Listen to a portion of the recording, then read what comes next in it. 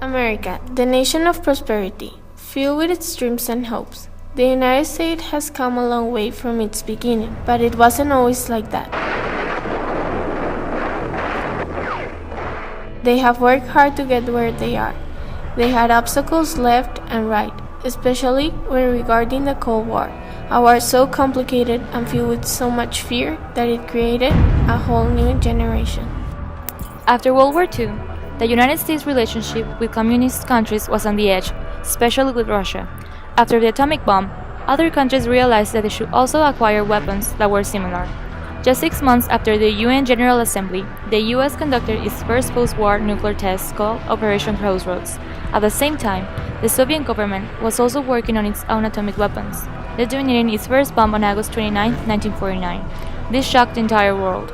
They also introduced the intercontinental ballistic missiles, also known as ICBM.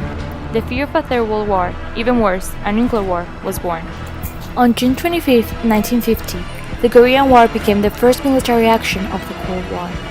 It started when 75,000 soldiers from the North Korean People's Army poured across the boundary between the Democratic People's Republic of Korea and the Republic of Korea to the south.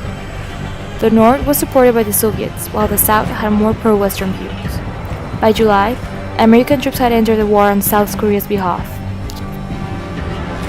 The National Security Council report, known as NSC 68, also recommended that the United States use military force to contain communist expansionism anywhere it seemed to be occurring, regardless of the intrinsic, strategic, or economic value of the land in question. Even though the Korean War was relatively short, it was very bloody, causing nearly 5 million casualties, with more than half of these being civilians.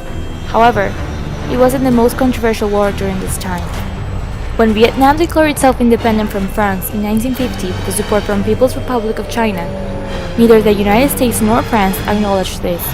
In 1964, President Lyndon B. Johnson asked Congress for the power to go to war against the North Vietnamese and the Communists for violating the Geneva Accord against South Vietnam and Laos, and his request was granted. The bombing of North Vietnam surpassed the total tonnage of bombs dropped on Germany, Italy, and Japan in World War II. The divisive war, increasingly unpopular back in the States, ended with the withdrawal of U.S. forces in 1973 and the unification of Vietnam under communist control 2 years later. More than 3 million people, including 58,000 Americans, were killed in the conflict.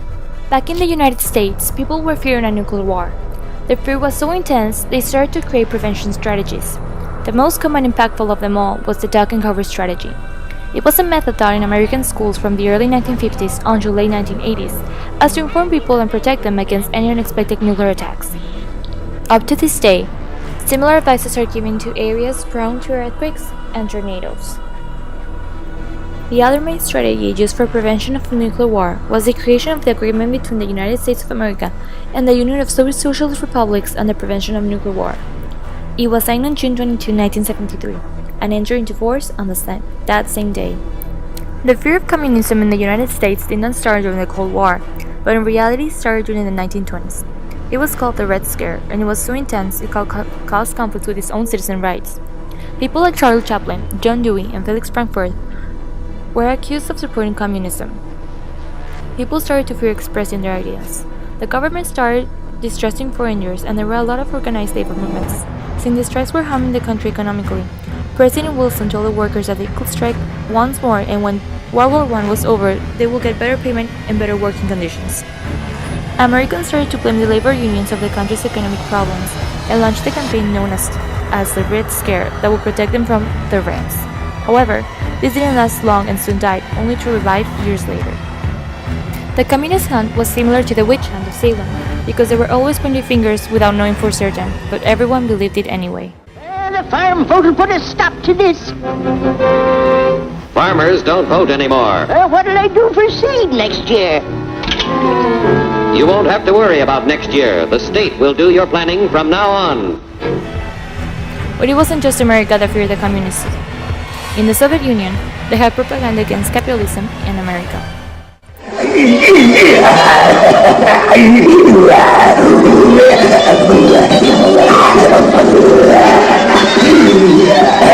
Стоп! Остановим руку эту! Народ, истории дворец! любых врагов страны Советов и их гадалок ждет конец. The USA and the USSR used spies to get knowledge of what was going on the other side. Though the US used people mainly from the United States, the USSR also hired British people to spy in Britain. Most of the British people that didn't support their government and were willing to support the USSR were the Cambridge Five, which were high-class people that got into high positions in the English establishment. In 1971, British intelligence announced that 120 Soviet intelligence officers were operating in Britain. In America, the OSS job was to collect foreign intelligence that allowed American troops to know how and where to act all over Europe and the Pacific. However, the OSS was not permitted to control all the affairs, so it remained as secret as possible.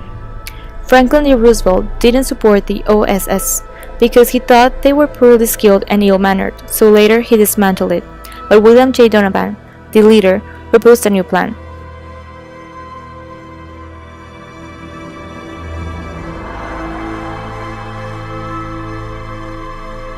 Through amending the initial plan and with help of the FBI, Truman created the Central Intelligence Group and the National Intelligence Authority in 1946.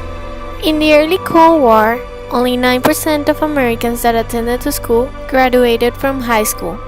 Children in primary schools were taught that communism was bad, yet they weren't told what communism was.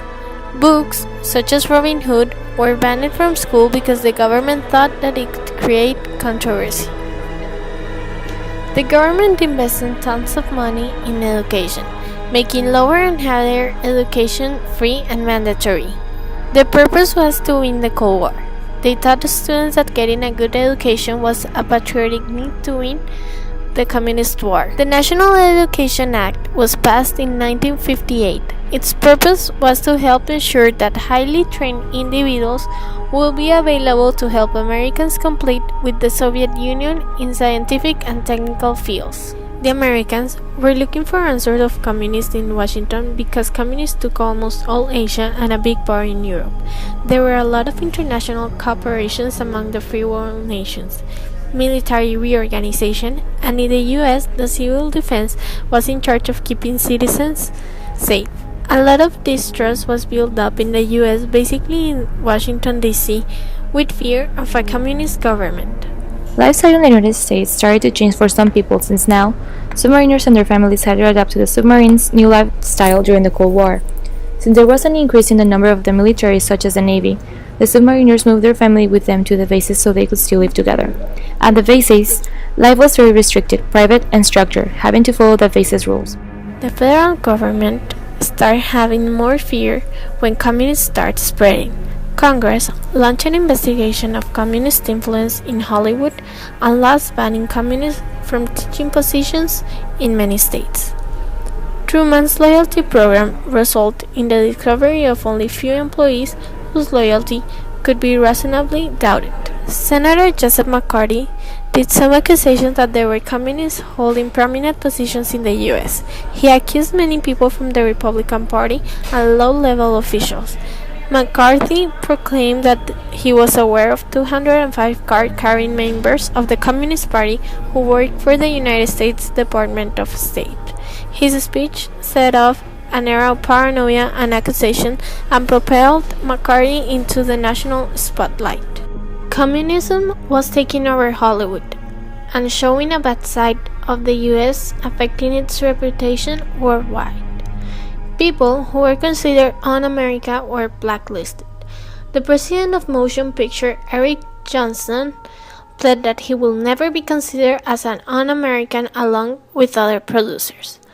Nearly 60% of all individuals called to testify and an equal percent of all those blacklisted were screenwriters. Only 20% of those and 25% of other blacklisted were actors. After all these events, the Cold War created fear amongst the American people, altering their relationships with both other countries and the United States, where they lived in constant fear about communism inside the country. This fear completely changed their lifestyle and created a new American generation.